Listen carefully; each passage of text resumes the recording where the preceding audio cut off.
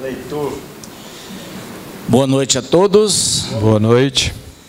Você já deve ter ouvido muitas vezes a palavra humildade, mas não é mesmo? Essa palavra é muito usada, mas nem todas as pessoas conseguem entender o seu verdadeiro significado. O termo humildade vem de humus, que quer dizer terra fértil, preparada para receber a semente. O contrário de humildade é orgulho, porque o orgulho nega tudo o que a humildade defende. O orgulhoso é soberbo, julga-se superior e esconde-se por trás da falsa humildade ou da tola vaidade. A pessoa orgulhosa não aceita críticas. A humilde está sempre disposta a ouvir todas as opiniões e a reter as melhores. Quem é humilde cresce sempre. Quem é orgulhoso fica estagnado, iludido na falsa posição de superioridade. Uma pessoa humilde defende as ideias que julga nobres sem se importar de quem elas venham. A pessoa orgulhosa defende sempre suas ideias, não porque acredita nelas, mas porque são suas. Enfim, como se pode perceber, o orgulho é grilhão que impede a evolução das criaturas. A humildade é chave que abre as portas da perfeição. Humildade não é fraqueza ou submissão, mas sim um nobre respeito por todas as criaturas, o reconhecimento de que o próximo é alguém digno de consideração e merecedor das bem-aventuranças que nos foram prometidas. Jesus falou certa vez: bem-aventurados os humildes e mansos, pois eles herdarão a terra. Ótima semana e muita paz em sua vida. Obrigado. Amém. Amém. Será que os contadores hoje estão todo mundo fazendo DCTF negativo lá? Será? É possível. Ou então está ganhando dinheiro fazendo declaração de imposto de renda pessoa física, né? DCTF negativo é amanhã, o último dia. Às vezes, o pessoal que tem 100 inativas aí. Tá. Vamos aí com o Zé Walter, primeira pauta para ele. Você quer a última, Zé Walter? Não, eu vou a segunda e depois a primeira. É o seguinte, é brincadeira. Contribuição sindical e também... Espera aí, só um pouquinho.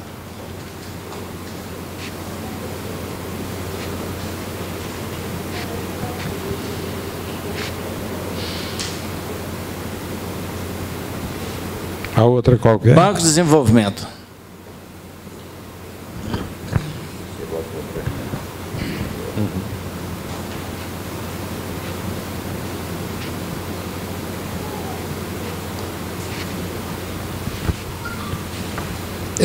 Eu quero um gancho na da contribuição sindical. Geraldo.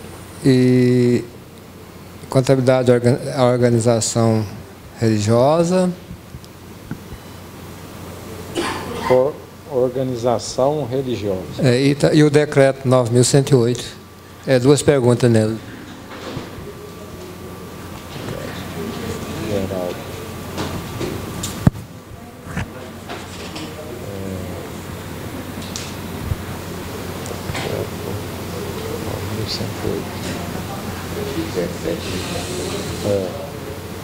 A sua está aqui no terceiro lugar.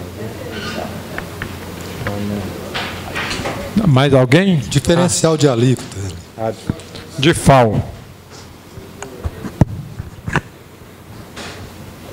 João.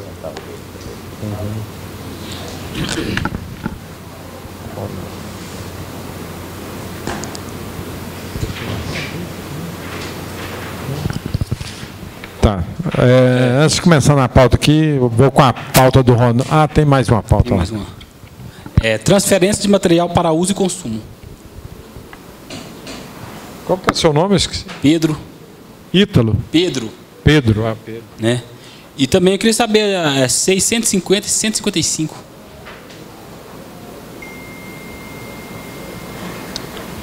R$155 a lei? A SEI. A SEI? É.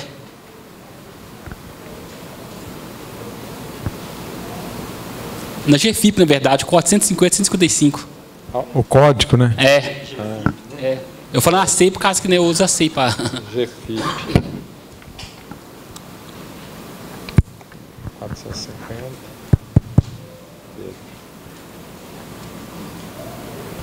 Aproveitando aqui que o Ronaldo tem uma pauta, passar a palavra para ele, que ele vai fazer a apresentação de dois novos amigos. Já é a pauta? Ou...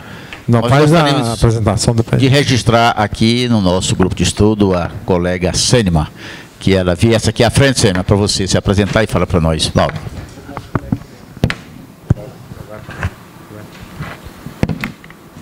Oi, gente, boa noite a todos. Meu nome é Sênima. Eu tenho pouco tempo que eu estou na área. Estou aprendendo todos os dias um monte de coisa nova e muitas dúvidas estão surgindo. Por isso que eu vim aqui nesse estudo aqui, porque eu estou sabendo que vocês são os caras, viu?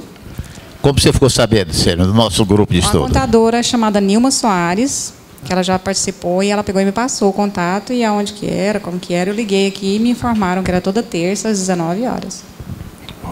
Certo. Seja bem-vinda aqui a uma família e tenha isso aqui também como extensão da sua família, viu? Tá. Sinta-se bem à vontade. Muito obrigada. A gente vê aqui também alguma fisionomia. O colega parece que, se não é a primeira vez, é a segunda. Faz sua apresentação também, colega, para nós. Diga por que veio, quem foi que indicou e realmente é com alegria que te recebemos. Boa noite. Boa noite. Meu nome é Neuro Faustino. Sou contador e trabalho num grupo empresarial de autopeça que se chama Hidráulica Brasil. E tem um conhecido que frequenta bastante aqui, que é o Eudes. Eu fui colega de graduação junto com ele. E eu acompanho o grupo de vocês através da internet, sempre pelo YouTube. Aí eu falei, já que eu estou acompanhando por aqui, eu acho que o presencial vai ser melhor. Aí eu preferi vir. Mas eu estou sempre acompanhando. Inclusive, terça-feira passada, eu estive aqui do Imposto de Renda.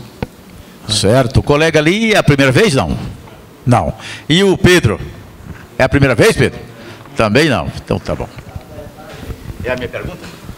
Pode falar do seu colegas, assunto. é o seguinte, nós estamos aí na vigência do imposto de renda de pessoa física. E sempre é bom estudarmos. Eu tenho a minha pergunta e, ao formular aqui a minha pergunta, não é pergunta, discutir com os senhores. Também dizer que nós percebemos que neste exercício a declaração, não digo mais difícil, ela está mais trabalhosa, principalmente com referência ali aos bens imóveis, porque nós precisamos colocar essas informações, conforme o auditor da Receita Federal disse aqui, aproveitarmos essa oportunidade que é facultativo para não deixar para o próximo ano, que fica obrigatório. Mas eu quero dizer o seguinte, nós precisamos nos valorizar neste trabalho, cobrar honorário compatível. É o que eu tenho tentado transmitir para os meus clientes. Eles estão aceitando tranquilamente, vê que é trabalhoso. Às vezes o cliente ele se acha difícil, ele não quer dar o tempo de trazer para nós os dados da escritura, como aquilo ali. Trazer número de registro, número da matrícula, área do imóvel, ler a escritura e trazer a inscrição do IPTU, trazer aquele pacote de documento, você tem que estar analisando tudo aquilo. E não é fácil. Aí eu pergunto aos senhores, vou perguntar aqui aos senhores, como é que vão fazer? Nós temos dentro ali da própria atividade rural, no imóvel rural, na fazenda, às vezes a pessoa nós colocamos uma fazenda do imóvel tal com tantos alqueires, e aquilo ali tem várias escrituras, como eu estou fazendo de uma, o cidadão tem 8 escrituras no meio de 150 hectares. Tem 8 escrituras em 150 hectares. Sabe? Então, aí lá no campo só tem como colocar um registro. Nós já colocamos ali o valor do imóvel, está lá da relação de bens. e não está discriminado de qual registro se refere àquela, os 150. Só está lá na relação de bens, o caso, por exemplo, 200 hectares, da fazenda tal, do imóvel tal, município tal. Como é que vocês estão fazendo? Vocês vão fazer ou estão fazendo? Dividindo esses 200 alqueires na quantidade, lançando conforme as escrituras, ou está lançando um registro só? Eu quero dizer o que é que eu fiz, que eu entendi. Eu entendi o seguinte, lá esse imóvel do cidadão, ele está avaliado em 800 e poucos mil reais. São diversas escrituras, com dificuldade de lá, aquela escritura toda amarelada, toda amassada, eu peguei de uma por uma, lancei, uma gleba de terra no imóvel tal, com área de tantos hectares, registro tal. Lancei a outra área também, registro tal. O que eu pensei em fazer? Não sei se está correto. Pegar o valor total do bem imóvel, que é 800 e poucos mil reais, 200 hectares, divido por 200 hectares, acho o valor de cada hectare, e cada quinhão daquele que eu lancei, que tem 20 hectares, eu coloco na coluna 31 de dezembro de 2017, e a outra morre em 31 de dezembro de 2016, para uma compensar a outra. Entendeu? Eu encontrei esse caminho, parece que é mais fácil de que você pegar aqueles e saber aqueles 200 alqueires, saber aquelas áreas tudo direitinho. Como é que vocês estão fazendo? Sabe? Essa aí é o que eu fiz, pergunto se os senhores concordam ou não. Eu acredito que seja um caminho muito viável, mas ao mesmo tempo eu lanço outra pergunta. E como ficará o ITR? Aí, realmente eu não tinha tentado, eu colocar o ITR, o que está usando no geral da fazenda, que já havia usado, que é o que está gastado de geral. Quando cadastrou no ITR, você lançou lá os 200 hectares. Pensei assim, embora naquele ITR não tenha o número de todos os registros. Sabe? O Geraldo quer falar? Vou ver, Geraldo. Sabe? Não, eu usaria o mesmo para todos. Mesmo nível para todos. Então, colegas, é isso aí. Agora eu quero também com vocês, como companheiros, irmãos aqui, batalhadores, né, que nós trabalhamos muito, uma profissão que nós agradecemos a Deus, que realmente serviço nós temos. Vamos nos valorizar, não é aproveitar, não é querer aproveitar a oportunidade do imposto, é fazer valer o nosso serviço. E essa é a oportunidade. Como a declaração que eu faço, o cliente chegou, falou, olha, eu preciso da sua declaração, eu vou reajustar aqui, e 50% eu não concordo com você, eu já percebi o trabalho, realmente é trabalhosa. Eu trouxe aqui a escritura para você, que eu não quero mexer com isso, não vou olhar, né? E eu peguei para ele, senta aí, está aqui o bom de sua escritura, você vai, eu quero imóvel, eu quero a escritura do imóvel tal. Aí ele ficou, mas rapaz, estou achando tão ruim, rapaz, eu procuro, está aqui, você mesmo pega aqui no pacote de documentos, sabe? Então é isso, vamos cobrar por esse trabalho, que está trabalhosa as declarações, vamos aproveitar esta oportunidade, sabe? Alguém quer fazer algum comentário? Uai, pelo que o Jorge falou na terça-feira passada aqui, até ele estava tentando convencer um cidadão que estava sentado aqui. Pelo que eu entendi, ele falou que o bom seria fazer os registros individualizados, não foi, né? Então, quer dizer, isso foi ele, o rapaz tentando convencer ele aqui, e ele falou, olha, pode ser mais fácil, mas o bom mesmo é fazer individualizado, entendeu?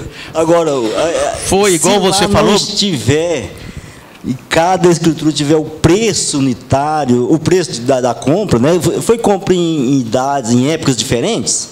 Em épocas diferentes. Cada registro vai ter seu preço. Entendeu? Mas aí altera o bem, que foi em épocas diferentes, sabe? Altera, porque foi em épocas diferentes. Mas já está tudo junto, está tudo interligado numa área só de 200 hectares, sabe? Mas você está correto, o Jorge falou aquilo. Mas na prática, nós exercitar lá é outra história, sabe? Pode. Espera só um pouquinho, fala no microfone para nós, que os internautas querem ouvir sua voz. E para poder fazer essa declaração com o imóvel que não está escriturado ainda, utiliza-se o número do registro da compra e venda? Certo, colega, boa pergunta. Isso auditou, não sei se ele disse aqui, Mas eu entendi que na pergunta registrado, você coloca não. Não sendo registrado, que é o seu caso. Ao você optar por não, aí zera a janela de colocar o número de registro e cartório. Você vai colocar só o endereço e a data de aquisição. Sabe? E o IPTU. E o IPTU também. Sabe? Se for urbano, se for rural, o NIRF lá da Receita, sabe? Ok. Vamos ali com os Rose Walter. Vamos falar de contribuição. Você quer falar aí? Eu tenho uma situação dessa que o imóvel não é escriturado, mas tem um contrato de compra e venda, o mesmo tem o registro de cartório. Entendeu? Mas você está correto. Então vai marcar lá não escriturado. O IPTU ele já é exigível, né? Mas nesse caso lá, como é um contrato de compra e venda, só tem os dados do cartório, sim. Só voltando, que nós estamos sem querer tomar muito tempo, a pergunta de Geraldo é muito importante, porque é um contrato, porém registrado em cartório. Mas eu acredito que aquele registro que se refere ao programa é registro de cartório, não registro de títulos e documentos de pessoa jurídica, é o registro da escritura mesmo em cartório, primeiro ofício, registro de nota. Eu coloco, se tem um contrato registrado em cartório, eu coloco. Aí você coloca o número do cartório. Número do cartório. Eu coloquei que... Eu coloquei, exatamente. Eu coloquei que ele não é escriturado. Certo. Mas não registrado, mas colocou o número lá. Não, número não, coloquei o número do cartório. Que o contrato, ele só não tem a matrícula igual os demais. Não é particular, ele é público. Correto, mas você colocou o número do registro, no preâmbulo da escrituração. Perguntando, escriturado? Não. Aí eu informei o cartório lá onde aquele contrato... Você transmitiu a declaração já? Não transmiti ainda não. Não, porque provavelmente ela vai dar erro, que o aviso, o registro é diferente. Comigo já aconteceu um negócio. Eu coloquei o número de um registro lá, que o sistema analisou o registro, diz que aquele não é o registro correto. Agora, a dificuldade muito grande que eu estou percebendo, não sei se é um pouco falha minha, é a data de aquisição. Essa é a mais difícil de você conseguir. Porque eu tenho mesmo casos, situações minhas, que eu comprei os lotes em prestações há vários anos, ficou, durante o período que pagou as prestações, era contrato de compra e venda da imobiliária. Aí depois estruturou. Agora eu nem sei onde é esse contrato, como é que eu vou achar a data de... Aí complicou, né? É porque aí a escritura traz a data que ela foi lavrada, né? Porque, inclusive, na minha declaração lá, situação minha, está só o mês e o ano. Aí eu vou ter que colocar 30 daquele mês. Não tem outra saída. Correto. Fala. Lá no João, que tem uma... João, vai lá. É só uma questão lá, quando você coloca no imóvel rural lá, você coloca, ele pede o endereço. O imóvel rural não tem CEP, né? Como que fica? Aquilo lá não passa sem, deixa sem? O que faz com aquilo lá? Onde pede o CEP no imóvel rural, você coloca o CEP do município, está localizado a fazenda. O CEP geral do município. Certo? O imóvel rural geralmente é o CEP do município. Bom, vamos falar... A matrícula de um imóvel, se ela mudar 50 vezes de proprietário, ela continuará sendo a mesma. Então, a matrícula, você achou ela uma vez, você não vai ter mais problema com ela, não. Você vai ter problema com o registro, porém, a versão mais atualizada do imposto de renda já não está mais pedindo registro. Pede só esqueci aqui, o registro que eu indiquei foi o Renavan. Renavan que fez a leitura não aceitou. Renavan é inválido. Só uma pergunta. Aproveitando o que ele falou ali, tem um lote que já tinha contrato há bastante tempo e só escriturou há 3 anos atrás. Eu não posso colocar da data do registro, não? Porque a aquisição eu não estava registrado. Aí você colocando, do meu entendimento, colega, dessa maneira, você terá prejuízo numa possível venda, na apuração de ganho de capital. Porque mesmo você... sendo um contrato de compra e venda que certo. Não tem... mesmo contrato, mas ele existiu juridicamente mediante aquele contrato há 10 anos atrás. Você comprou lá há 10 anos atrás. Mas você registrou a escritura o ano passado. Mas nem declarando não estava. Certo, mas aí que eu digo, para você colocar no seu... Mas você, no Estado de Cristo, estava desobrigado de declarar. Você, ao declarar o bem, você mesmo declarando agora esse ano, você deve... o correto para você, fazer de maneira correta e também no seu benefício próprio fiscal, colocar a verdadeira data de aquisição do contrato há 10 anos atrás. Certo. Certinho, Ronaldo, também concordo. Vamos ver aqui, o que o José Valdo quer saber de contribuição sindical. Eu quero saber muito, mas, doutor Ronan, ocorreu o seguinte, um apartamento que foi adquirido na planta, lá consta... Quando foi feito o contrato, já constava o registro, aliás, a matrícula, antes de transferir para a pessoa, certo? No contrato, no fazimento do contrato, já consta aquela matrícula antiga. Eu vou considerar ela ou aquela matrícula é do lote? Aquela matrícula, eu entendo que é a matrícula geral do imóvel, ela não se refere ao declarante. A matrícula que se pede ali, o registro, é do documento daquela pessoa, sabe? Ele não foi registrado, porque não sei... Certo, então vai informar que não é registrado, porém colocando a data de aquisição lá do contrato, né? E os dados do contrato que puder colocar, sabe?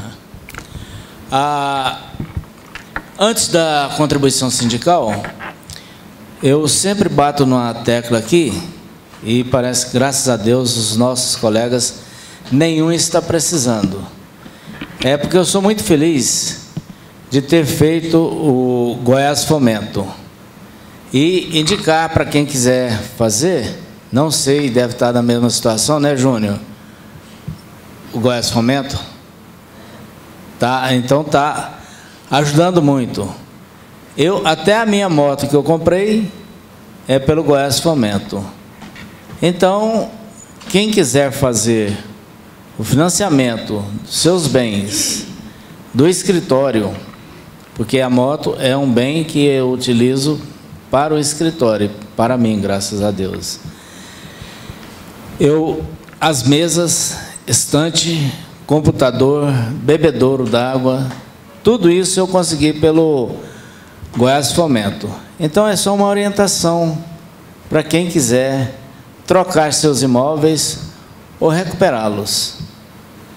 Quanto à contribuição sindical, nós estamos numa situação muito delicada e o que a gente espera é que tenhamos uma luz e uma indicação como devemos fazer. Hoje, a gente percebe que ninguém tem uma segurança total se vai ou não descontar contribuição sindical. A nova legislação diz que só desconta se for autorizado. A pergunta: quando se faz uma convenção coletiva, ela está autorizando? Eu acho meio complicado, porque no universo de 10, 20 mil empregados, sem ir lá e autorizar, nós vamos fazer pegar uma declaração do empregado dizendo que quer que faça o desconto ou não quer. Inclusive eu mandei uma matéria para você e para o doutor Fábio, parece que vocês não tiveram condições de ler, né? Você, como expert no assunto de contribuição sindical, o que você pode falar para nós? Obrigado. Eu, como estudante de vocês aqui das matérias inerentes ao nosso ramo da contabilidade, eu digo o seguinte, que a lei é clara no meu entendimento. Lá ela facultou a lei 13.467. Então, ela facultou ao pagamento, ao empregado, ao profissional, pagar a contribuição sindical. Ela facultou isso, certo?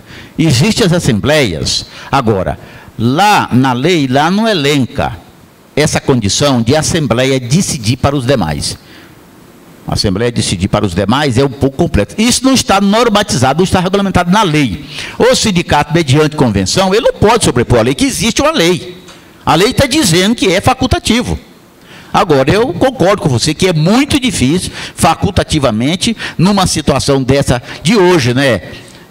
Digamos assim, podemos dizer até do mundo, né, que está se passando, muito difícil, não está fácil, ele dispor de um certo valor. Essa disposição dele, talvez, seria um valor irrisório para o que o sindicato precisa, né? Como hoje, nós estava aí R$200 e poucos, é um valor até significativo, para se expor isso. Voluntariamente, eu vou contribuir com R$200. Pode acontecer, mas não é fácil acontecer. Agora, isso é uma preocupação dos legisladores, é uma preocupação, porque os sindicatos sobreviviam disso aí. Todos os sindicatos, né, estão passando situação difícil, são raríssimos, né, tem a sua receita, talvez uma receita que agrega a contribuição sindical, mas tem aquele que é exclusivamente a contribuição sindical. Então, aí, Zé Valdo, nós é o seguinte, nós representamos, nós trabalhamos para as empresas. Nós entrarmos nessa área de querer da contribuição sindical, entrar nisso aí, o certo é, não é devido a cobrança ou a imposição para o pagamento. Isso é facultativo. Facultativo é isso, chegar, você pode contribuir, isso é uma briga do sindicato, ele vai ter que correr atrás. Pode, eu acho que deve existir as assembleias, sim, a assembleia tem que fazer alguma coisa, o sindicato tem que fazer alguma coisa, e o que está fazendo é a assembleia. Nessa assembleia, pode comover, os legisladores, pode mudar isso aí, entendeu? Pode mudar não, pode criar uma alternativa, alterar essa lei, criar alguma coisa nessa lei, entendeu? Para dar aí uma veracidade a essas decisões de assembleia. Mas hoje é facultativa a contribuição, espontaneamente paga quem quiser, sabe? Vamos ver o meu entendimento. Sabe? Vamos ouvir o Fábio ali. É difícil entender, né? Está ouvindo aí, né? Bem, o sindicato deliberou por um entendimento acompanhando a Confederação Nacional dos Profissionais Liberais CNPL. Teve um posicionamento no qual eu participei em Brasília, posicionamento da ANAMATA, Associação Nacional dos Magistrados do Brasil,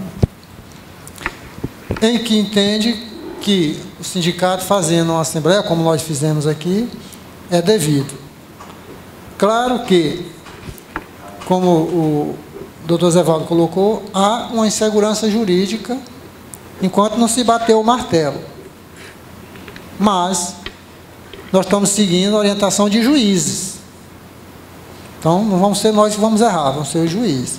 Tem decisão de juiz no Rio de Janeiro, em alguns estados, em que está dizendo que tem feito a assembleia, tem que ser cobrado.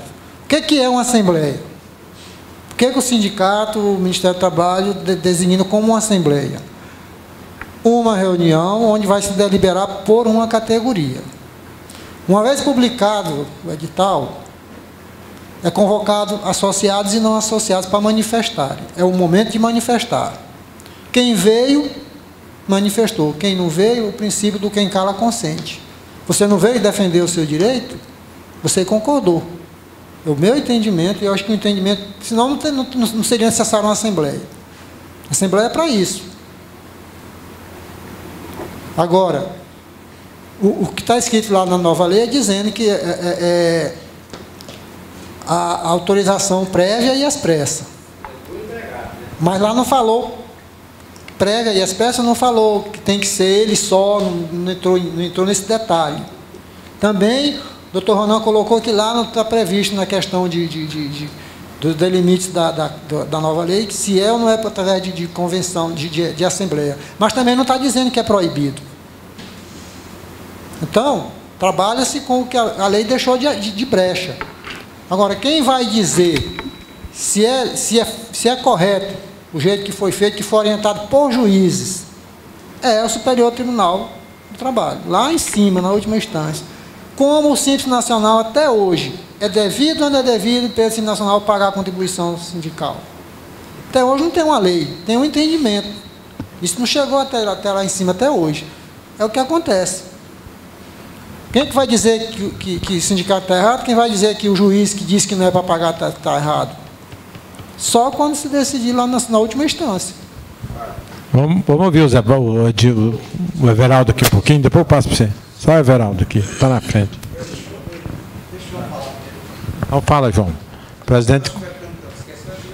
Ô Fábio, não. Mas aí seria seu entendimento no geral para todos os sindicatos? Porque se eu entender a colocação do Zé Walter, eu também ia até me manifestar, é sobre o geral, porque nós, contadores lá no escritório, velho, nós estamos assim, num beco muito escuro. Se desconta ou não, o que faz? Doutor João, eu vou retirar o meu posicionamento e vou colocar o do superintendente do Ministério do Trabalho. Eu acho que um superintendente, a autoridade máxima do Estado, não iria dar um pronunciamento... Antes de eu colocar... comprometer o nome dele de forma errônea. Eu acho que não. Tudo bem. Mas amanhã você procura ver o entendimento do presidente da Associação do Juízes do Trabalho de Goiás. Pois é que eu estou falando, vai ter entendimento que não, vai ter entendimento que sim. Nós vamos ficar aqui 2 meses discutindo isso, não chega a acordo nenhum, porque precisa de uma decisão... Ok, vamos ouvir mais gente aqui. Vamos lá, Geraldo. Eu gostaria de falar, parece que lá está escrita a autorização expressa do empregado. Entendeu? Agora, é muito complicado isso aí, porque, inclusive, eu já fiz tudo... uma por cada empregado, já enviei para eles me mandar essa autorização. Agora vem o cara lá do Ministério do Trabalho, aquele da Guimar, falou que não era obrigado, e assinando aquele negócio lá, disse que é obrigado. Agora, eu acho muito complicado uma assembleia. Agora, só que essa lei, ela ficou meio esquisita, que ela fala que acordos vale mais que a lei, então... Aí nós ficamos igual o Zé Walter falou mesmo aqui, ó. Nós estamos no espeto. Nós não podemos, só que nós saímos do espeto, nós vamos cair na brasa. Agora eu estou pensando o seguinte, eu vou conversar com o empresário, porque lá estão dizendo até que vai ter penalidades. No meu ponto de vista, eu acho que tinha que ser escrita pelo empregado, no meu entender. Não está escrito. Se não está escrito, deixou abertura. E o que você falou é verdade. Hoje, o acordado está valendo mais do que o legislado. Okay. Isso é um absurdo, né? Vamos ouvir é a realidade. É uma lei que deve... Vamos ouvir o Joeli aqui. Espera um pouquinho. Bem, inclusive eu trouxe até uma circular que o Dagmar assinou para o Sindicato dos Empregados do Comércio. O Amorim, inclusive, eu tenho meu e-mail, mandou uma correspondência falando sobre a Assembleia, inclusive foi feita em dezembro, a Assembleia do Sindicato, certo? Que determinou que se deva cobrar, e eu já tive uma polêmica lá já, certo? Que o empregado não quer, e falou assim, você tem que cobrar, mas não quer pagar, você tem que descontar, certo? E essa que, além de receber o reforço do Dagmar, inclusive eu estou sabendo que ele caiu, não sei se continua a validade da assinatura dele. Uma correção, porque isso aqui está sendo gravado, antes que alguém fale alguma coisa, que ele caiu, que ele foi... O afastamento do doutor Dagmar foi por iniciativa dele. O ato é bem claro. Foi ele que saiu. Então, não é dizer aqui que ele foi cortado, não, isso é um desrespeito. Tá? Não, tudo bem, mas eu sei que o Ivan está ali querendo falar isso. Eu fiquei sabendo então, eu acho hoje, o seguinte, nós temos que respeitar, porque o ato está bem claro. Ele me parece, eu vou falar aqui, não estou advogando ele, me parece que ele vai sair candidato. Não sei. Eu sei que inclusive ele embasou lá na dele, então ele não o Dagmar, quando deu a carta, o reparo foi feito, vai para o assunto. O reparo já foi o Dagmar, feito. Quando assinou a correspondência, ele citou todos os artigos da lei que é devido à cobrança. Por quê? Porque houve uma assembleia, o sindicato fez a assembleia. Agora, como nossos colegas estão aí, mesma coisa, nós estamos meio de tiroteio. E agora, como é que fica? Desconta ou não desconta? E não é só eu, não. Todos os outros sindicatos também põem na mesma coisa. Eu vou responder. O Sindicato das Costureiras, pelo menos, inclusive, fez um adendo na convenção dele, certo? Do ano passado ainda. Eu entendo o clamor da categoria, porque os empresários estão questionando. Pois é. Como me questionavam também, quando ligava aqui, o cliente está querendo saber se eu falo para ele que tem que pagar a contribuição sindical patronal do Simples Nacional ou não. Eu sempre falo a mesma coisa. Olha, não tem nada definido em última instância. Se eu disser para você não pagar e lá na frente for ter que pagar, você vai me responsabilizar. Se eu disser para você pagar e lá na frente disser que não é para pagar, você vai me responsabilizar também. Então, eu não tenho autonomia para te dizer isso, porque tem uma corrente que fala que sim, outra corrente que fala que não. Não tem nenhum lugar que afirme que tem que pagar a Simples Nacional ou não. Assim, mesma coisa agora. O contador tem que dizer, olha, tem juiz que está dando sentença que é para pagar. Tem juiz que não está dando sentença que não é para pagar. Quem sou eu para te determinar? Se Zé Fábio, só que a lei... É só dizer isso, joga batata quente no empresário. Só que a lei é o seguinte, só que o cliente joga em cima de você. Ele vira assim, o que é o contador é você. Mas acontece que você fala, olha, nem o juiz está tendo autonomia para definir, nem o judiciário. Só que acontece que aí a gente tem que procurar que se resolva. Saber aonde quer que Ok, a lei deixou um buraco. Vamos ouvir mais opinião aqui. A lei deixou um buraco, certo? Aí o contador vai assumir isso. O que é que tem que ser feito? Vai assumir? Não, só se quiser. Ok. Vai, Bernardo. Vai. Cruel, né? É muito cruel. Eu perguntaria: ninguém é obrigado a fazer ou deixar de fazer, senão em virtude de lei. Pronto. Então, gente, eu que já recebi paulada, fui o único do Brasil, hein? Que entrou com ações, certo, para receber imposto sindical, que estava na lei, ó. O Ronan me trouxe um parecer que dentro da lei está falando, não, você só dá a típica contribuição sindical que estava na lei. Você só pode cobrar se você notificou por AR que ele devia o imposto sindical, ó. Agora eu vou identificar 10 mil contabilistas que ele deve imposto sindical.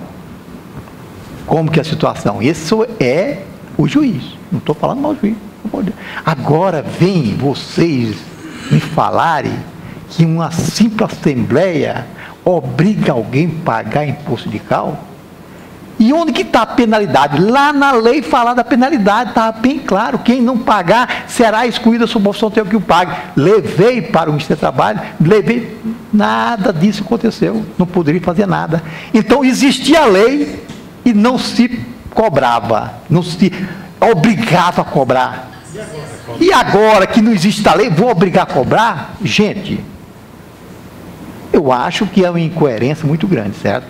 Então, eu não queria falar mais de imposto sindical, certo? Então, já levei paulada demais, perdi uma eleição no Conselho por causa de imposto sindical, porque falaram que era isso aqui. Então, quando existia a lei, eu fui o primeiro a cobrar. E os primeiros também, que hoje está defendendo, não, você não pode cobrar. Está na lei agora, não tem a lei, eu tenho que fazer uma assembleia, a assembleia vai falar que cobrar, e todo mundo que eu coloquei lá vem devagarzinho, vem aqui mansamente e vai cobrar, porque eu fiz isso, certo? Então, eu acho que o negócio está meio atrapalhado. Então, como se diz em 2005, 2005 eu já estava falando isso, certo? O Ministério do Trabalho perguntou onde que tinha achado aquele valor, e o valor era R$ 5,70 até hoje, certo? E desde 2005 eles estão querendo acabar o imposto sindical, e nós não conseguimos cobrar. Se nós não conseguimos cobrar com a lei, e agora sem lei, como que vai fazer? Eu pergunto, aí a lei falou que você vai pagar. E como que eu vou acionar essa pessoa? Eu vou acionar ele como? Vou gastar quanto para acionar? E o juiz vai poder, não. Lá está falando que ele paga se quiser. Acabou. Gente, vamos acabar com isso? Vamos largar de mão disso? Vamos largar de discutir isso? Não existe imposto sindical e acabou, pronto. Vamos ver outra vida, certo? Larga de imposto sindical para lá. O problema dele, tá? Peraí, deixa o Fábio voltar lá. O presidente, pelo que eu entendi, o questionamento aqui é que os contadores precisam dar uma posição para seus clientes. Não dê. Entendeu? Não dê. Com relação a cobrar, qualquer direito sendo cobrado da forma correta, é devido cobrar. Tá? Agora, o questionamento aqui, eu acho que o posicionamento aqui do Dr. Zé Walter foi em função disso, né, Zé Walter? Tem seus clientes empresários que querem uma posição. Inclusive, eu estou aqui com o artigo: a empresa descontou a contribuição sindical sem minha autorização. O que faço? Pois é, aí... Então, aí olha só o questionamento daquele que foi feito o desconto. O que faço? Aqui, inicialmente, fala que até outubro de 2017 era devido. Entretanto, a reforma trabalhista alterou o artigo 582 da CLT, estabelecendo que tal obrigação está condicionada à autorização prévia e expressa por parte do profissional, conforme dispõe o artigo 579 da CLT. Então, como nós estamos aqui, vamos fechar a folha de pagamento, e esse mês é o mês X da questão, o que nos preocupa é isto. Como vamos nos portar? Não sou só eu. Aquele que é lá da minha Corumbaíba está preocupado, aquele lá de Caldas, do Rio Verde, de qualquer lugar, aí está preocupado. Então, esta é a minha preocupação. Então, uma sugestão. Passa e-mail para os seus clientes, colocando o que eu falei. Olha, nem juiz, tem um juiz fulano de tal. É só entrar na internet aí, o Ivan acabou de me mostrar o posicionamento de um. Tem vários. Tem um dizendo que não é para pagar, tem 2 juízes do Rio de Janeiro dizendo que tem que pagar. Então, pega a posição de um, a posição do outro e mostra ao cliente, olha, o juiz tal disse que é para pagar, o juiz tal disse que não é para pagar. Se o juiz não está tendo competência para dizer o que é a verdade, eu, como contador, não tenho condição. Sugiro você procurar o posicionamento de um advogado, de um profissional do direito, que também acredito que não vai ter. Passa a bola, você não vai assumir. Se você disser que não, e se você disser que não, não fala que não. E não é, entendeu? Passa a bola. Porque nós não temos condição de dirimir isso aí. Eu entendo que não. Aqui é só o seguinte, está realmente sem querer... Só concluindo, Renato, desculpa. Então é o seguinte, o que o sindicato fez aqui foi a orientação da Associação do Juiz. Ou seja, se lá na frente o Tribunal Superior disser assim, quem fez a Assembleia vai poder pagar. Quem não fez a Assembleia, não foi ratificado o posicionamento da vontade da categoria via Assembleia, não cobra. Nós fizemos a Assembleia. Então, eu acho que nós fizemos a nossa parte. É esperar o que vai pela frente. Zé Walter, eu tenho sido até bastante feliz nas minhas colocações, sem querer ali alfinetar ao nosso colega Fábio, ele tem um posicionamento. Eu acho que os profissionais, aquele que se sente bem, que se sente representado pelo sindicato, deve contribuir. Mas eu quero dizer o seguinte, desde a Lei 9.317, quando lá cobrava-se o simples, cobrava-se a contribuição sindical das empresas optantes do simples, eu fui aqui quase que o único a dizer que não era devida, ganhei todas as ações na Justiça do Trabalho a respeito disso, e como desde a Lei 9.317 está dispensada, e agora na 123. Agora, os colegas vieram aqui, Zé Walter mandou e-mail, mandou com todo. Eu, particularmente, como contador, digo para você o seguinte, falaria para o nosso empresário, você vem aqui procurar um apoio, uma sustentação, um entendimento correto, não é devida a contribuição sindical. A lei não obriga a pagar. Para o empregado pagar, ele tem que individualmente expressar, autorizar. Ele autorizou ou não autorizou? Então, empresário, você é meu cliente, isso aí você está cobertado pela lei, isso é facultativo ao empregado. Se você, eu estou dizendo, permita-me, desculpa-me estar falando isso, mas eu preciso falar a verdade. Eu, como aqui, contador do meu cliente, eu digo, se você for exigir que ele cobre lá, você está errado, você pode até ter que devolver isso e ser penalizado, porque a lei dispensa o pagamento. Agora você não deve, eu como seu contador, eu digo para o meu cliente, eu como seu contador te digo, você não deve descontar e recolher, porque... Isso aí, se vier uma contribuição, vai ser de maneira diferente, sabe? Desculpa se eu falei dessa maneira, mas isso é a maneira correta, sabe? Doutor Ronan, só uma perguntinha. Lá no teu escritório, lá, o que você vai indicar para o teu cliente lá, quando ele perguntar, o que você vai fazer lá? Não só isso, como vários outros assuntos, quando eu tenho a convicção do que eu estou dizendo, eu digo assim, eu falo, não é devido pagar isso aí. A lei, ela dispensou, ela facultou. Pergunta lá o empregado se ele quer contribuir. Se ele quiser, tudo bem. Aí você faça por escrito, ele autoriza, você desconta dele. Se ele não fez isso, não imponha nele o recolhimento da contribuição sindical. Correto. Peraí, deixa o Everaldo comentar aqui. Eu só gostaria de perguntar para o Fábio. Rapidão, vamos. Rapidão. Olha, a lei antiga falava, você é obrigado a pagar, e falava, se não pagar, vai ter você vai ter suspensão. Para falar tudo. E eu pergunto agora, Fábio, o juiz cega, aí fala assim, é facultativo a pagar. Aí o juiz vai condenar. Como era obrigado e eu falo que você não paga, como é obrigado, agora é facultativo, você tem que pagar. Virou o disco, é? Oi? Tá bom, você responde não. eu sempre falei... Tudo que você falou já é. E eu vou só dar uma réplica do Dr. Ronan, que o meu posicionamento é o posicionamento do Dr. Degmar aqui nessa cadeira que o Everaldo estava. Ele falou a mesma coisa quando eu falei que a questão do Simples Nacional até hoje não foi resolvida. Ele ajudou Tanto é que eu citei e vou repetir. O Tribunal Regional do Trabalho de Santa Catarina decidiu que empresas optantes de Simples Nacional não estão isentas do pagamento da contribuição sindical. É uma decisão de um tribunal. Não. Então, se eu estou errado, o superintendente está errado e o Tribunal de Santa Catarina está errado, fazer o quê? Ali, só rapidamente, com todo respeito aqui ao superintendente do trabalho. Não, só um minutinho ali, que eu tenho que agradecer o superintendente. Realmente, nós ganhamos muito, Goiás ganhou com o Dagmar lá da superintendência. Mas, como ele pediu espontaneamente para sair de Ministério do Trabalho, naturalmente ele está querendo galgar coisa melhor ainda para Goiás e, consequentemente, para o nosso sindicato. Ok, fala, Samuel. Eu só queria dizer uma coisa, que nós fizemos duas pontas do triângulo e estávamos esquecendo, até que o doutor Ronan lembrou agora. Nós só estávamos entre o contador e o empresário, e o empregado. Então, era isso aí que eu iria falar. Então, o empregado é a parte mais necessária a ser ouvido, né? Na realidade, você vê a dificuldade que nós temos aqui, principalmente nós diretores, que somos contadores e, ao mesmo tempo, diretores, nós somos sindicalistas.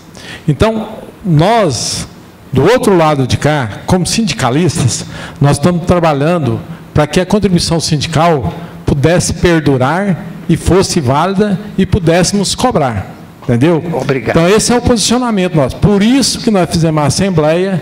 Se caso vier ter êxito, nós estamos assegurados pela Assembleia que nós realizamos. Porém, do outro lado, como contadores, obviamente, a Constituição veio lá falar a sindicalização é livre iniciativa. Então, você não está obrigado desde a Constituição. Então, quantas vezes, aí eu já vou falar contra a minha ideologia, que é sindicalista.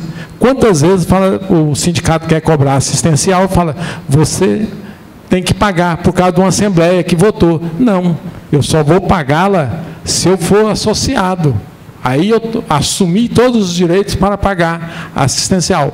Mesma coisa, o Ronan comentou. A lei veio e falou, é opcional.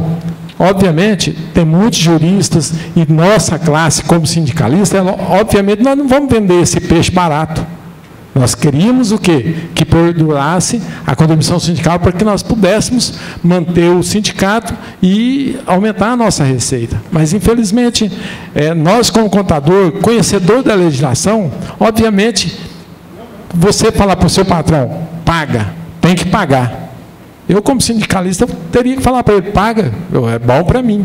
Mas eu, como contador, já não posso ter essa opinião. Então, obviamente, eu tenho que respeitar a 13.467, que ela diz que é opcional.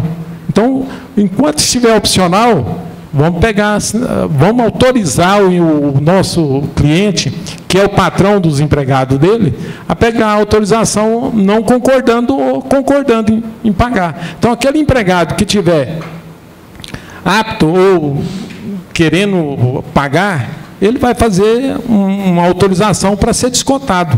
Aquele que for questionado, falar, não, eu não vou pagar, então você assina isso aqui. Pronto. Então, acho que é o nosso posicionamento. Eu estava no grupo de discussão hoje com o pessoal do SESCOM, pessoal do CRC, um grupo de contadores, e fizeram essa declaração aqui para que fosse, assim, pedisse aos empregados, né, para que eles assinassem essa declaração. Eu vou falar para o Fábio deixar no site amanhã. Aqui vai colocar o nome da empresa, o funcionário, carteiro ou CPF dele. Tá falando aqui que os empregados são obrigados a descontar, no artigo 582 do CLT, os empregadores são obrigados a descontar da folha de pagamento dos seus empregados no mês de março, cada ano, a contribuição sindical dos empregados que autorizam prévia e expressamente seu recolhimento ao respectivo sindicato. Aí está pedindo aqui se é para autorizar o desconto ou não autorizo, certo? Aí, o que acontece? O que nós estamos pensando é na responsabilidade solidária do contador nesse momento. Então, se o funcionário disser para nós, ou assinar esse documento, que não autoriza o desconto da contribuição sindical, certo? Agora, vai ter uma controvérsia se foi feito a assembleia determinando que se cobre a contribuição sindical, né? Então, aí vai ser uma outra discussão lá na frente. Então, para que nós, contadores, pudéssemos, vamos dizer assim, eximir de nossa responsabilidade futura, eu acho que nós deveríamos pegar essa declaração aqui, passar para os funcionários das empresas, assinar, nós guardarmos esse negócio aqui, tá? Então, se autoriza ou não. Se não autorizar, não desconta. Pronto, acabou. Agora, falar assim, não vai ter homologação. Não precisa mais de homologação em sindicato de rescisão de contrato de trabalho. Isso não precisa mais. Não tem mais. Qual a finalidade? Isso é uma questão que nós ficamos aqui discutindo umas questões que, assim, talvez não seja nem inerente da parte contábil, né? Uma coisa jurídica, que a parte contábil, isso para nós não... No meu entendimento, não seria assim tão relevante em função do que a gente faz na contabilidade. Agora, se é para descontar ou não, o que a lei fala? É facultativo lá, com expressa autorização do funcionário. Ué, se o funcionário não quer que desconta, então não vamos descontar não, gente. Essa é a minha posição. Né? Ok. O Ivandro aqui, rapidinho, Ivandro.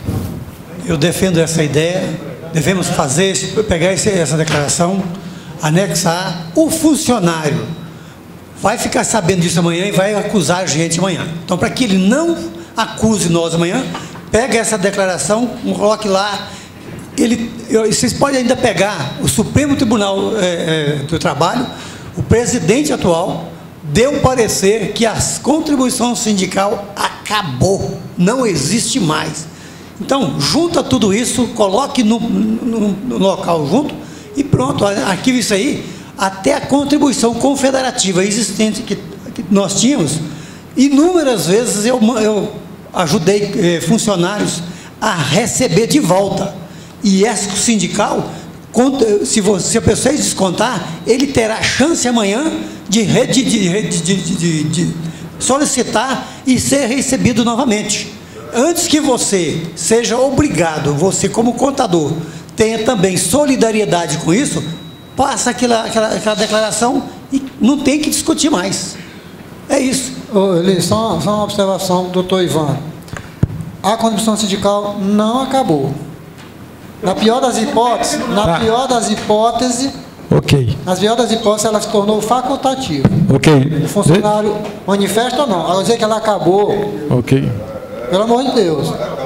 Deixa eu, Adair, quero comentar um. Você é muito lustro para fazer esses. Peraí. Essa situação está bem complexa atualmente. Ninguém tem uma definição correta sobre isso. Eu tenho já essa declaração da negativa de todo o pessoal. Mas nem por isso parece que eu estou livre, né? Com sustentação sobre a questão. Por quê? A lei não diz que é livre a associação de cada empregado. Ela não diz que para ser descontado tem que ter autorização expressa. O artigo 8º aqui, da nova CLT, diz lá, parágrafo 3º, o exame de convenção coletiva ou acordo coletivo do trabalho, a Justiça do Trabalho analisará exclusivamente a conformidade dos elementos essenciais do negócio jurídico. Ou seja, se a convenção fere a lei porque não obriga o desconto, a fiscalização também não pode exigir que desconta. Então, é complexa a situação. Super. Agora, inclusive, essa autorização aí eu mandei junto com a folha de janeiro, porque senão não dá tempo de você conferir tudo para fazer agora, viu? Agora, sobre deixa eu dar aí complementar. Porque a minha preocupação maior é em relação aos associados do sindicato. Porque uma vez que dá negativa aí, vai prevalecer o quê? A associação, a opção dele ter associado ao sindicato ou não. Aquele que não é associado, eu não vejo como exigir e como ele vai dar autorização para isso. Agora, aquele que é associado, se ele der a negativa aí, eu acho que a coisa ainda fica vaga. Agora, em termo legal, é o que eu disse aqui, a lei diz que não desconta, não é obrigado a desconto. E o ato jurídico aqui só vai trabalhar em cima da lei, né? É aquilo que convenção não prevalece. Aquilo que a própria Constituição determinou, que a livre iniciativa. Uma vez você se sindicalizou, você assume todas as exigências que o sindicato impõe. Bom, a minha interpretação aqui, eu não sei, né? Os juristas aí, que vai dizer... Adaí, eu perguntei algo com você. Eu perguntaria, aí colocar isso aqui. Eu perguntaria, se ele não quiser fazer isso, ele é obrigado a fazer? É livre a opção dele. Não quer fazer. Manda, pega esse papel, rasga, joga fora e acabou, pronto. Calma, o empregador, ele tem que ter o elemento. Tem que ter. Se ele não tiver essa expressão, não pode. Ele está cometendo um ato de indisciplina. Pronto. Se não assinar, você manda assinar, tem valor. Ok, vamos ouvir o Fábio aqui para nós encerrar esse assunto aí. Bem, espera aí, vai lá. O artigo 578 da CLT, com a mudança da lei, né, com a 13467, ele ficou com o seguinte teor: as contribuições devidas aos sindicatos pelos participantes da categoria econômica ou profissionais ou das profissões liberais representadas pelas referidas entidades serão, sob a denominação de contribuição sindical, que continua viva, pagas, recolhidas e aplicadas na forma estabelecida neste capítulo, desde que prévia e expressamente autorizadas. Expressamente quer dizer o quê? Aqui não falou que cada individualmente assinado, autorizado individualmente por cada trabalhador. Aqui falou expressamente, a lei fala expressamente. Então, expressamente, a concordância expressa é aquela que fundamenta através de forma escrita ou verbal. Sim. Não quer dizer que é ele que tem que assinar. Aí onde vem a faculdade de uma assembleia. É um documento escrito. Agora, é que eu falei, o Adaí falou. É uma decisão que está em impasse. Um jurista fala que sim, outro jurista fala que não. Ok. Quem vai dar a decisão final? Juiz. Ok. Então, vamos ficar aqui 2 meses que eu falo discutindo e não resolve. Vamos partir para outra coisa aqui agora. Chega de sindical. Vamos ali com... o banco, você falou do Goiás Fomento, foi esse Banco de Desenvolvimento aqui, né? Eles passou o carro na frente dos bois aí, meu filho. Bom. Vamos ali com o Geraldo ali, ó. Organização religiosa. Essa organização religiosa, tem uma pessoa pediu para me verificar, contador que faz a contabilidade. Parece que tem o Carlinho aqui também, né? O Carlos e o Arnon, né? Arnon. Depois eu pego o telefone do Carlos e falo com ele. Ivan também. Você faz também entidade religiosa? Porque tem uma pessoa pediu para mim verificar um contador que faz a contabilidade. Não sei o que ela quer, talvez ela até quer conversar com a pessoa, né? Aí depois a gente vê. Agora, pode falar no decreto? Às vezes o Ivan quer responder alguma coisa, mas... Não, ela pediu, ela quer... O telefone para conversar. Depois eu pego o telefone. Ok, então. Então vamos lá para o decreto 908. Esse decreto 908 é em relação ao inventário. São 2 perguntas. A primeira, a mercadoria... Espera aí só um pouquinho, deixa eu chamar a atenção dos meus 2 diretores ali para prestar atenção na sua pergunta, que eles que vão responder. Eu acho que o Otávio está habilitado de fazer. A empresa emitiu a nota lá dia 28 de fevereiro. A mercadoria não chegou dia 28. Como procede-se com essa mercadoria? Porque eu lançava na contabilidade, na escrita, dia 28 ela não tinha chegado. Se eu não lançar, eu vou perder esse crédito? Fala aí, Otávio, para ele. Está entrando num acordo aqui. Na nota você tem a data de entrada da mercadoria, né? Lança a nota de entrada. Pois é, mas e no inventário, como é que ela vai ficar? Ela não vai poder ir para o inventário. Não vai. O cliente vai perder isso aí? Chegou, aí entrou. Aí que ele vai ficar no prejuízo, né? Deixa o Everaldo comentar aí um pouquinho. Eu não concordo que ela fica no prejuízo, não, porque ele adquiriu isso, o direito dele foi lá no dia 28.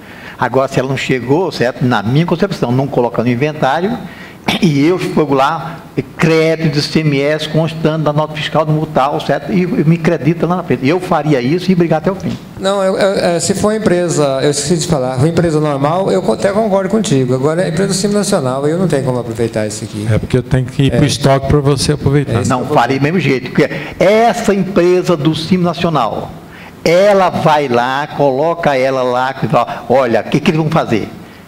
O que ele fala? Ela tem um saldo. Lá no Simples Nacional, ele vai falar, eu tinha 10 mil. Ele vai falar que esses 10 mil é substituição tributária. Então, nessa também, essa compra que ele fez, até eu vender, quando eu vender essa compra, eu coloco alguma, ela vai falar que é substituição tributária também, pronto. Fala. O Everaldo está certo no ponto, porque você vai ficar no prejuízo e não pode ficar no prejuízo. Mas o decreto é o fim da substituição tributária, né? O decreto é bem claro quando ele fala levantar o estoque em 28 de fevereiro. Então, em 28 de fevereiro, ela estava no estoque? Não estava. Ele não estava aqui? Né? Não estava aqui, não estava no estoque. Então, o decreto manda levantar o estoque em 28 de fevereiro. Agora, é claro que, como o Everaldo falou, e o cara vai ficar no prejuízo, porque ele comprou, estava nessa regra. Ele não é culpado, porque o Estado foi lá e cortou a regra e deixou ele no meio da estrada. Polêmica. Agora, cumprindo o decreto, é o que está em 28 de fevereiro no estoque. Porque eu até pensei em lançar ela dia 28. Mas o lançamento é pela data da entrada. É nota fiscal eletrônica, não é? E aproveita, e vai lá e fala que teve substituição tributária, pronto. E eu colocaria tranquilamente, nem piscava. Peraí, pessoal, conversa paralela aí. Não esclareceu não, mas deixa para lá. A nota eletrônica saiu dia 28 de fevereiro. Chegou em março. Chegou em março. Em março. Certo. Mas você poderia ter lançado pelo XML ou pelo DANF. Pois é. Não, ela, apesar que o frete vai provar que ela chegou posterior. Aí que é o problema, o frete, né? O frete vai provar que ela chegou posterior. Tem duas situações, duas empresas isso aí. Faz isso aí, Geraldo. Mas ela está na regra da substituição tributária, eles têm que arrumar um meio, um jeito de que você possa aproveitar o crédito, porque você pagou o imposto. Eu acho que, no meu ponto de vista, esse decreto ele deveria já fazer essa menção. Pois é, mas é até uma situação que nunca aconteceram com eles. Aí está na hora de você levar esse problema lá, para que eles resolvam nas próximas... Eu acredito que vai ter muita gente que vai ter esse problema. Como vai resolver, eu não sei, né? Mas eu acho que não é muito, não. Acho que tem. A maioria tem. A nota que emitiu lá no dia 28 de fevereiro, no último dia. Exatamente. Né? Que demora 3, 4 dias chegar, às vezes. Tudo bem. É porque, na realidade, esse imposto, muitas notas desse convênio, você mesmo fazia o recolhimento. Se esse recolhimento já foi feito lá pelo substituto? Fez lá em... ele fez já direto, lá né? Em Minas. Então já era convênio nacional, já. Ele já fazia lá. Tá. A nota de consumo que paga diferencial de alíquota, você usa a data... Qual a data para contar os 15 dias para pagar o imposto? A data da... pois é, não é uma da opção que está lá, não é a data da emissão da nota? É a data da emissão da nota. Nas empresas que recolhem normal, Só pode aproveitar o crédito a partir do dia que entrar. Não, porque as empresas do Simples... Do pagamento, estou falando do pagamento diferencial de alíquota da nota de material e consumo. Qual que é a data que usa? É o dia da nota.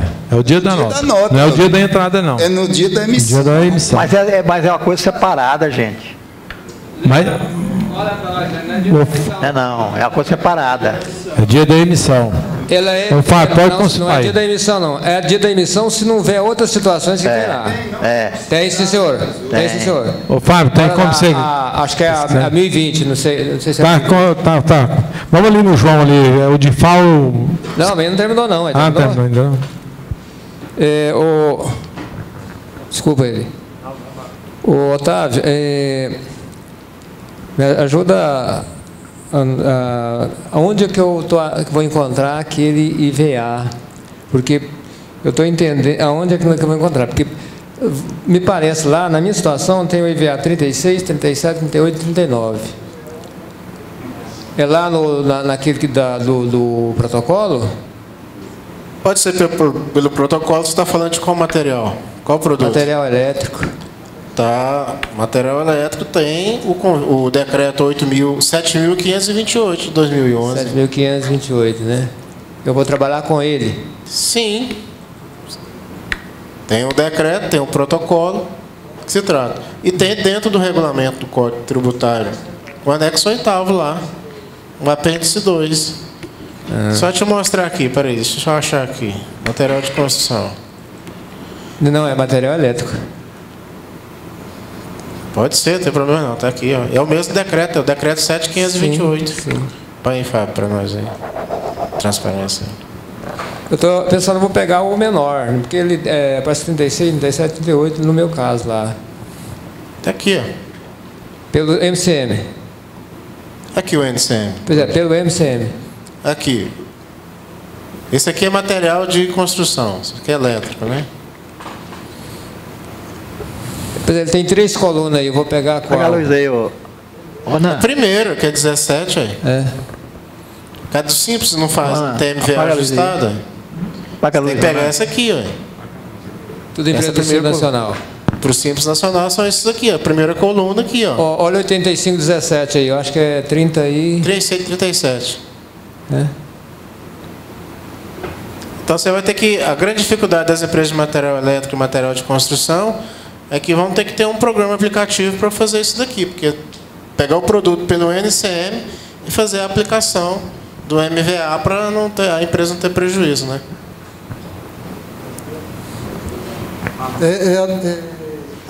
Geraldo, você está falando com relação ao fim da substituição tributária, né? Lá no decreto 908, lá no artigo 1º ele fala, lá no artigo 2º ele fala no inciso 2, adicionar o total de cada espécie de mercadoria ou valor correspondente à aplicação ao respectivo IVA, que é o que você está querendo, né? Previsto para as operações internas constantes do apêndice 2 do anexo 8º. Vai ter basicamente o que o Otávio falou, que o apêndice 2 copiou do que o Otávio falou. Mas é mais seguro você ir direto no apêndice 2 do anexo 8º. Que é o que está no decreto. Agora, com observação. Está atualizado, se você entrar no site da Cefaz, procurar lá, legislação tributária, anexo 8º, apêndice 2, porque se você for no Google, ele vai te dar o apêndice 2 com os IVAs desatualizados. Uma observação que eu já vi muita gente fazer, entrando pelo Google e cai nos IVAs desatualizados. Tem que ir pelo site da Cefaz. Eu estou entrando pelo site da Cefaz. Mais alguma pergunta, Geraldo? Não, fechou. Vamos ali com o João ali, sobre o DIFAL. Pesquisa a data aí da instrução normativa, que o DIFAL de material de construção da empresa do Simples, ou material de consumo. Material de consumo imobilizado. Sim, do imobilizado é com 20 dias. Agora eu pensei que era o DIFAL de vendas para fora do estado. Aí. Tá. Se não tiver outra situação. Vamos ouvir o João lá, enquanto o Fábio pesquisa ali. Ali é uma pergunta. Espera aí, João. Ô, João de cá. Ô, João de cá. Ô, João. Espera aí, vai lá, João. É uma pergunta até meia. Hoje um cliente meu mandou uma nota de um caminhão que ele comprou e veio uma remessa por conta de ordem terceira de São Paulo. Nesse caso, não se fala em diferencial de alíquota, não, no fato de ter vindo como remessa por conta de terceiro de São Paulo, não, né? Tem nada a ver. É porque na remessa, ela já incide a circulação. Porque o ICMS ele é devido na circulação da mercadoria. Então, se houve a remessa, houve a circulação. Então, o imposto é devido na circulação. Mas aí, por exemplo, o veículo foi faturado por uma empresa aqui de Goiânia. Veio só a remessa por conta de ordem terceira no nome da empresa. A nota vem no nome dele. E a segunda nota que é faturada aqui em Goiânia. E ele faturou no mesmo dia, não? Mesmo dia. Então, você considera do faturamento, então. Não tem diferencial de nesse caso, ele faturou, mas foi a empresa daqui que faturou para ele. A remessa para o órgão terceiro veio de São Paulo. Mas a empresa que faturou o veículo é aqui de Goiânia, Suécia Veículos. Pois é, mas vamos supor, ele vai contabilizá-la pela nota da Suécia. E a Suécia está localizada em Goiânia. Então, ele aplicou a alíquota interna. Então, não fala em diferencial. Não se fala em diferencial, não. Não. Oi?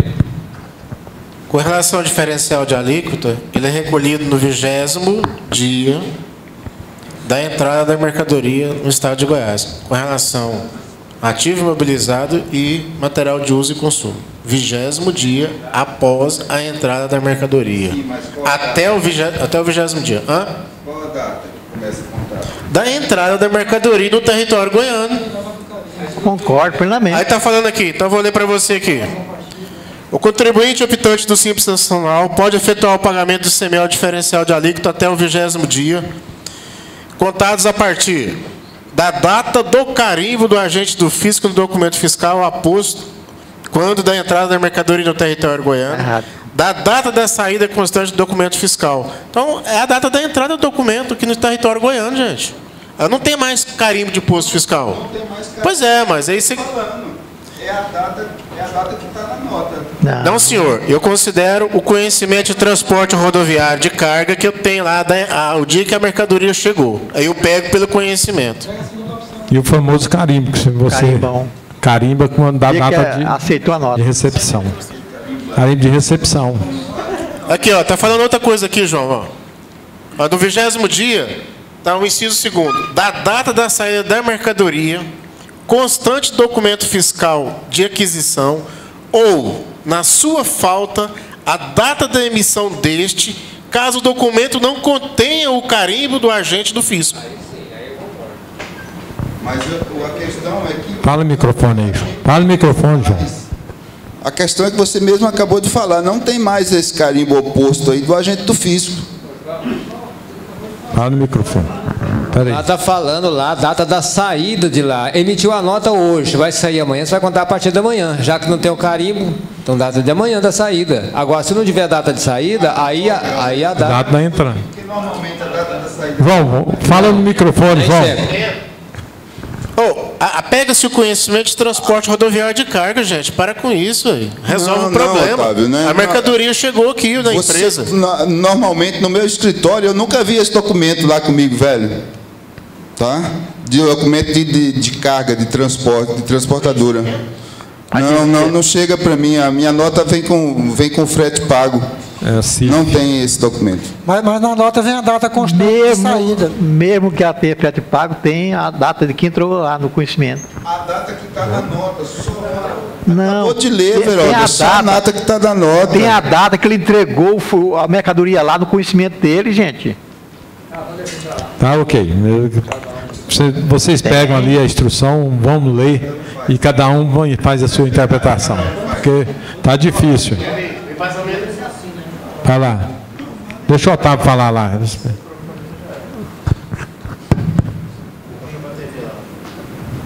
Está no perguntas e respostas da Secretaria da Fazenda. Quando você entra lá no diferencial de alíquota, a pergunta 144. Pô, mas você já leu, nós estamos discutindo uma coisa aqui. Para que isso, moço? Aí não, eu não concordo com você, não. Pera aí, João. Lê aí, Otávio, e encerra. Vai, dá uma lidinha. Só para ficar... O João quer pagar antes, mesmo. Peraí.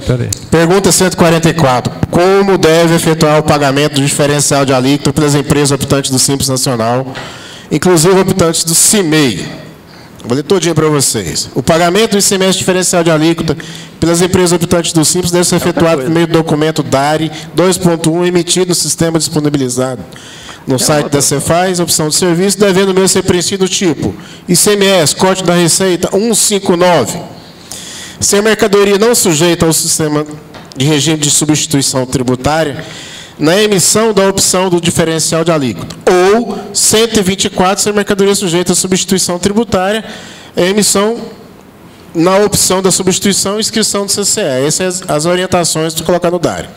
utilizando-se nas duas hipóteses o detalhe da operação 040, que é instantâneo, e a data do vencimento, conforme o disposto na Instrução Normativa 1129 de 2012.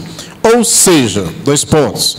O contribuinte optante do Simples Nacional pode efetuar o pagamento do ICMS diferencial de alíquota no prazo de até 20 dias, contados a partir, inciso 1, da data do carimbo do agente do fisco no documento fiscal aposto quando da entrada da mercadoria no território goiano. Inciso 2. Da data da saída da mercadoria constante do documento fiscal de aquisição ou, na sua falta, a data da emissão deste, caso o documento não contenha carimbo do agente do fisco. Bom, carimbo do agente do fisco a gente já sabe que não tem mais, né? Concorda? Isso. Então só tem duas opções. Emissão ou saída. Emissão ou saída. Isso aí. Pronto. Documento. Fechou. Fechou. Vamos ali no Pedro lá. Vamos lá no Pedro lá. Vamos falar de transferência. Vamos ver a pergunta lá agora, pessoal. É o seguinte, eu tenho uma construtora, né? E ela está instalada aqui em Goiânia e ela tem obras no interior. E a mercadoria vem para ela aqui. Aí ela faz a transferência para o interior. É tributada essa operação, alguma coisa? É para fazer essa transferência de material para uso e consumo? Com parte da obra? Na realidade, ela adquire material para aplicação na obra. Certo? Certo. Às vezes ela compra muito, ela tem um depósito, um almoxarifado. Compra e estoca no almoxarifado. Aí a obra X precisou de alguma mercadoria. Então ela vai fazer a remessa para aquele canteiro da outra obra. Certo? E na nota fiscal, eu coloco o dado dela mesmo? Com o endereço? O endereço da obra. É limite dela para ela com o endereço da obra? A obra lá não tem inscrição, não. Não tem inscrição. Tem... Então ela vai emitir para ela mesmo fazer uma observação no... Não precisa mais não. O destino da mercadoria, no quadro da nota. É porque eu estava olhando no CFOP 6557, que no caso tem obra em outro estado. Para complicar mais ainda, né? Que não abre uma filial, não abre nada lá, uma obra de 15 dias, por exemplo. Vai ter que dar uma lida melhor aí. Nesse caso, é o seguinte, nesse caso seu, tem alguns estados brasileiros que consideram a indústria de construção civil como contribuinte do imposto. Tem um ato normativo do CONFAS que determina quais são os estados que cobram o ICMS. O estado de Goiás não cobra o ICMS da indústria de construção civil. Vou abrir um adendo aqui para você, que eu já vi muitas questões a esse respeito e o pessoal ainda quer endibrar a fiscalização. O seu CNPJ tem que estar lá, indústria da construção civil. Se você tiver indústria de construção civil e tiver lá comércio varejista de materiais, comércio atacadista de material, a Secretaria de Fazenda descaracteriza essa situação. Tem que ser a construtora, então? Só construtora o seu CNPJ. Você sabe o que estava acontecendo? As construtoras compravam o material e ela revendia esse material com isenção de ICMS. Tá? Aí a Cefaz falou, não pode ser assim. A sua inscrição tem que ser só indústria de construção civil. Se tiver outra atividade, comércio varejista atacadista, infelizmente, se você fizer isso aí, a Cefaz vai te cobrar. Por exemplo, pegou uma obra lá no estado de Roraima com 15 dias. Né? Então não tem interesse em abrir filial para lá. Né? E as mercadorias que compram de São Paulo, os materiais, vêm com os dados da empresa aqui em Goiânia. Aí quer fazer uma nota de transferência para lá. Transferência de material de uso. Mas será que compensa? O cara vir de São Paulo para Goiânia, depois Goiânia ir para Rondônia? Não, na verdade ele emite a nota fiscal para cá e quer que a empresa emite outra nota para lá, né? Ah, entrega. Como é que chama? Canteiro da obra. Essa que o João comentou ali, remessa para terceiros. Tem um CFOP 6557, né, de transferência de material de uso e consumo. Pois é, mas não é. Peraí, só a questão aqui, ó. Tem a pergunta, anota aí, pergunta 648, construção civil, no site da Cefaz. Ele está perguntando o seguinte: ocorre a tributação do ICMS em operação de transferência de mercadoria, colocou entre aspas, material de construção ou de mercadoria de uso em consumo ou de bens de ativo imobilizado de uma construtora para sua filial. É o caso, você não tem, né? Mas no caso é filial, é ponto de obra, né? O artigo 26 do anexo 8º do RCTE, anexo 13, lá nas disposições especiais, lá, né, do anexo 13, define que o ICMS não incide sobre o fornecimento de material adquirido de terceiro, quando efetuado em decorrência de contrato de empreitada ou de subempreitada, e sobre a movimentação desse material entre o estabelecimento fornecedor e a obra, ou de uma para a outra. Certo? Canteiro de obra. Canteiro de obra. Agora, a questão de fazer a nota fiscal, por exemplo. Ele vai emitir a nota fiscal dele para ele só com endereço diferente. Que não tem filial. Ele vai fazer na observação lá o local da entrega da mercadoria. Canteiro da obra. E especificar, se possível, a SEI. Essa obra tem eu tenho o SEI da lá. O SEI, né? SEI da obra, né? Certo. Então, beleza. A outra questão sua aí da GFIP.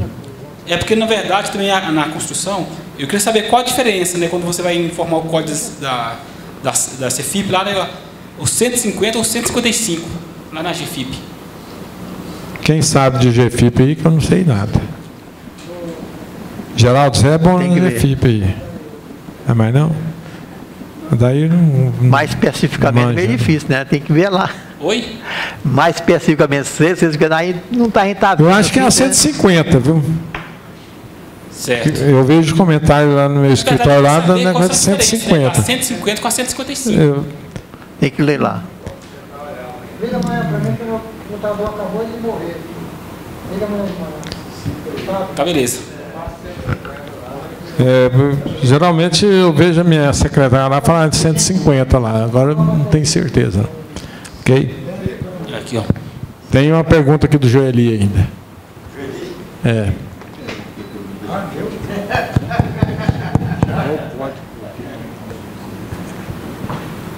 O jovem Ronan. Sobre o DIFAL, né? Como é que é? Não, imposto de renda. Imposto de renda. Física. Recebi uma cliente minha ontem, lá no meu escritório, fazer uma declaração de imposto de renda. Ela tem uma filha que mora nos Estados Unidos, é modelo lá. Tem um namorado que é americano. E eles mandaram comprar um apartamento aqui por 1.600.000. Quem mandou o numerário foi o namorado. E o apartamento está em nome da moça, da namorada dele. Certo?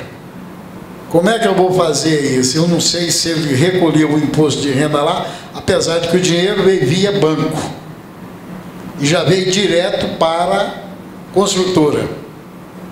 Certo? O ano passado eles pagaram 250 mil. E o restante foi quitado agora no início do ano, janeiro e fevereiro. E eu quero saber que tipo de documento, se ele pagou o imposto de renda lá, qual é o documento que eu vou comprovar aqui que ele recolheu ou não lá. A pergunta do Joeli, interessante. O Everaldo já falou que é fácil, né, presidente? É fácil. Deixa o presidente falar para nós aqui. Depois para nós, Everaldo. Depois eu vou. Está aqui, presidente. Olha bem, eu acho que é fácil, igual o nosso colega Jorge falou. A vinda do dinheiro para lá, que o dinheiro é bem legal, você chega, coloca ele aqui, compra o apartamento, em nome da pessoa que está lá, né? Ela pode comprar o apartamento. Ela pode comprar o apartamento, não tem problema nenhum. Agora, a renda desse apartamento que vai ter o imposto ou não. Agora, a compra não tem nada. O dia que ela voltar, aí ela legaliza. Agora, quanto à tributação lá, nós somos obrigados a verificar se ele está pagando imposto ou não, não. Mas só que tem um detalhe aí, tem um detalhe. Espera aí, tem um detalhe, porque na realidade é o seguinte, ela não teve esse rendimento lá nos Estados Unidos, foi o namorado que teve. Não é, e o bem aqui está no nome dela. Então, se apertá-la para ela comprovar esse rendimento lá, ela não tem.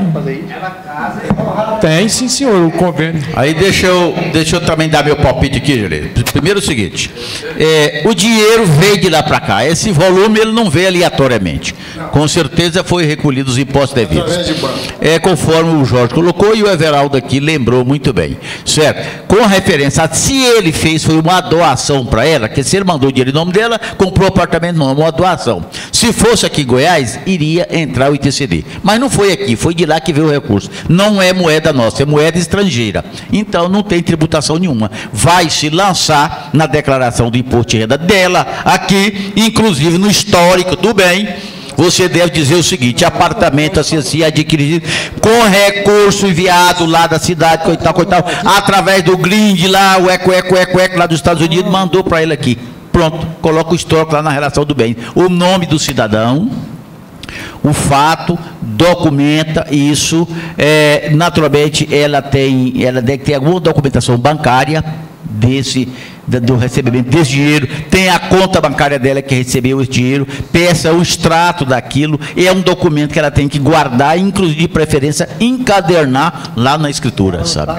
Mas esse dinheiro não entrou na conta dela aqui, conta bancária dela aqui no Brasil. Veio direto para a construtora. Veio direto para a construtora, mas quem mandou o envio do dinheiro foi o namorado. Certo, então o que vão fazer? Ele não tem vínculo nenhum, não casou não. Só tá, mais documento.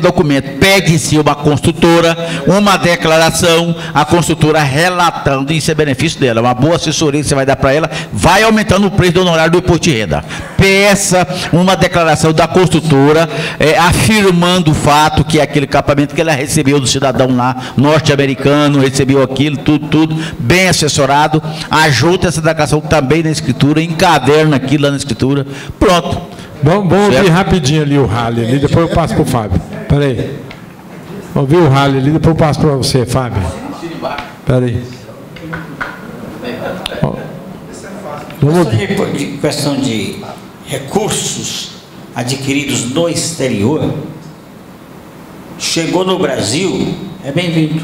Simplesmente, sem imposto, sem nada.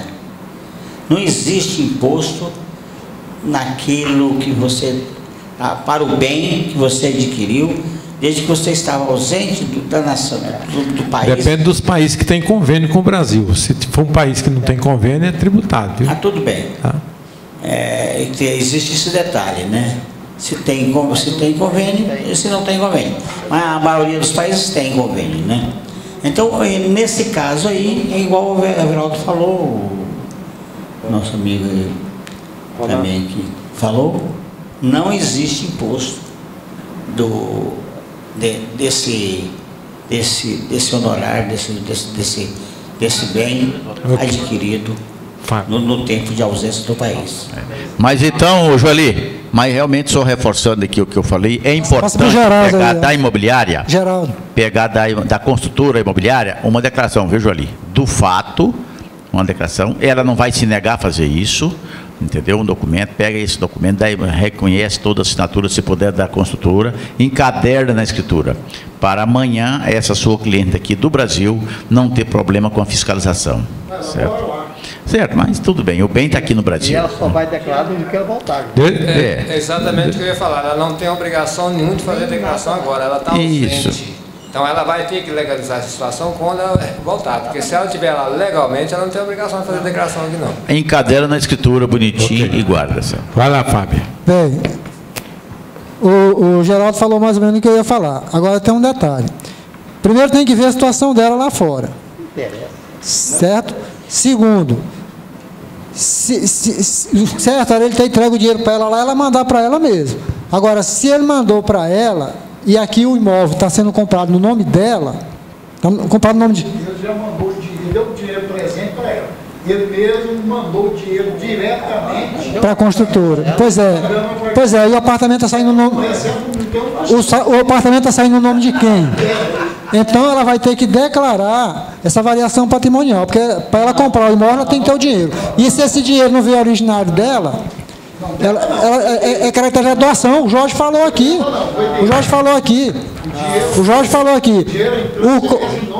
Falou não, Fábio. Falou não, Fábio. Está tudo certinho. Não tem que ver o seguinte. É como o Geraldo falou, se ela é residente aqui ainda, ela vai fazer... Não, ninguém sabe. Ela está falando que está ausente. Ela mora lá, mas não sabe se ela já declarou definitivamente está lá ou não. Tem essa variável. Se ela está lá... Não, se ela manifestou que não é residente do país mais, ela está lá, tudo bem, ela mandou de lá para cá, ela mandou, mas não foi ela que mandou, foi ele. Não interessa quem foi, não. Rapaz. Pois é, ninguém sabe. Então, se ela está como definitiva lá, tudo bem. Agora, se ela não está como definitiva e vai declarar aqui, ela tem que dizer que recebeu isso em doação.